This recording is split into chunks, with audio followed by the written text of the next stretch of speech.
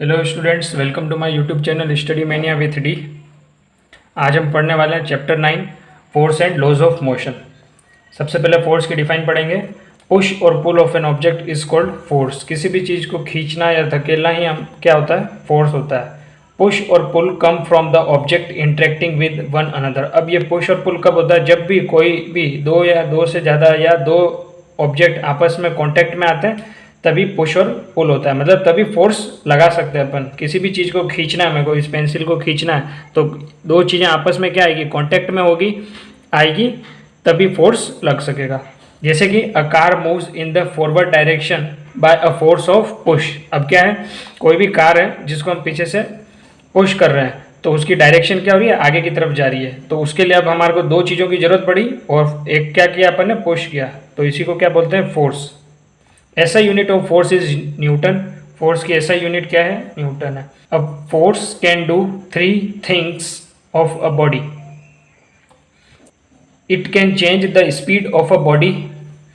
Body की speed को change कर देती है, ठीक है। अगर कोई चीज़ मूव कर रही है और अपन ने पीछे से जाके और पुश कर दिया तो उसकी स्पीड में क्या हो जाएगा, इंक्रीमेंट हो जाएगा, और ज़्यादा इंक्रीज हो जाएगी उसकी speed. It can change the direction of motion of a body.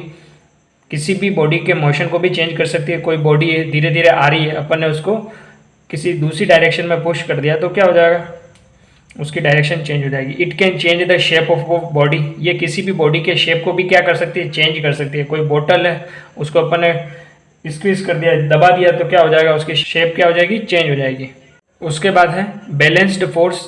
Equal force acting in the opposite direction which do not change the state of rest of an object are said to be balance force. अब balance force क्या होता है, इस example से समझते हैं। जैसे कि यहाँ पे एक वुडन ब्लॉक पड़ा है, एक इस तरफ से फोर्स लग रहा है और एक फोर्स इस तरफ से लग रहा है। अब ये बैलेंस फोर्स है। जैसे कि 1 न्यूटन फोर्स इधर से भी लगा और 1 न्यूटन फोर्स इस जगह से भी लगा, तो ये वुडन बॉक्स अपनी जगह, वुडन ब्लॉक जो है वो अपनी जगह से क्या होगा, नहीं हिलेगा, इसमें कोई मूवमेंट नहीं आएगी, क्योंकि दोनों तरफ क्या हो रहे हैं, इक्वल फोर्स लग रहे हैं। तो ये क्या करेगा, बॉडी अपनी इस जगह से दूसरी जगह पे क्या करेगा, मूव नहीं करेगा, ठीक है। रेस्ट पोजीशन में तो रेस्ट में ही रहेगा। इसकी ऑब्जेक्ट की जो डायरेक्शन होगी वो भी चेंज नहीं होगी, ठीक है। तो इसी फोर्स को हम क्या कहेंगे, बैलेंस फोर्स।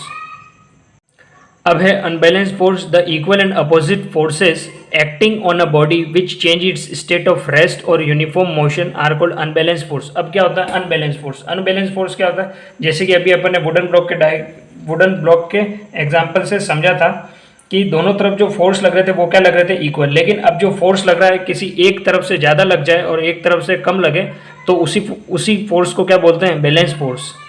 उसके बाद है frictional force that always opposes the motion of object is called a force of friction।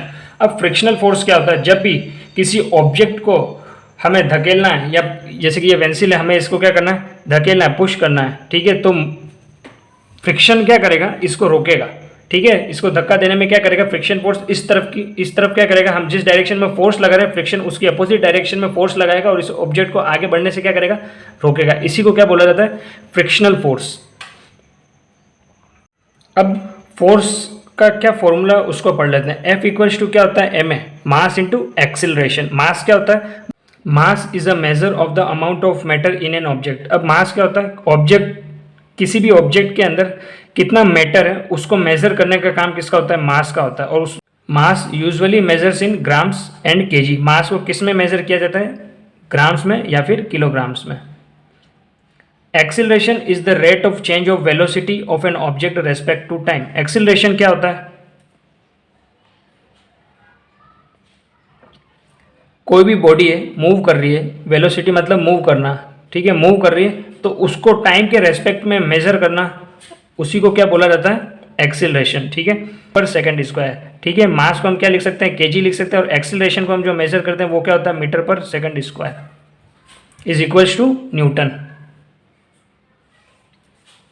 Force की यूनिट क्या होती है, न्यूटन होती है, और हम इसको इस तरीके से भी लिख सकते हैं, KG into metre per second. उसके बाद है 1 न्यूटन क्या होता है। A force of 1 newton produces an acceleration of 1 metre per second square on an object of a mass 1 kg। 1 newton is equals to 1 kg m per sec square is equals to force into acceleration. अब 1 Newton का क्या मतलब होता है, जैसे कि कोई object है, ठीक है, इस जगह पे इसकी जो एक्सिलरेशन है वो क्या है, 0 मीटर पर सेकंड स्क्वायर, अब इसको मूव कराने के लिए मुझे जितने फोर्स की ज़रूरत पड़ेगी, इस 1 kg के मास को मुझे मूव कराने में जितनी फोर्स की ज़रूरत पड़ेगी वही क्या कहलाता है, 1 न्यूटन। इसीलिए हमने क्या लिखा है, 1 kg 1 metre per second square is equals to 1 newton. मतलब 1 न्यूटन फोर्स लगाना पड़ रहा है हमें इस 1 kg के बॉडी को आगे की तरफ मूव कराने में। स्क्रीनशॉट लेके इस चैप्टर के नोट्स बनाएं। वीडियो आपको कैसी लगी कमेंट करके जरूर बताएं और वीडियो को लाइक करें, शेयर करें और चैनल को सब्सक्राइब करें ताकि आने वाली वीडियोज आप तक जल्द से जल्द पहुंच सके। जय हिंद, जय भारत।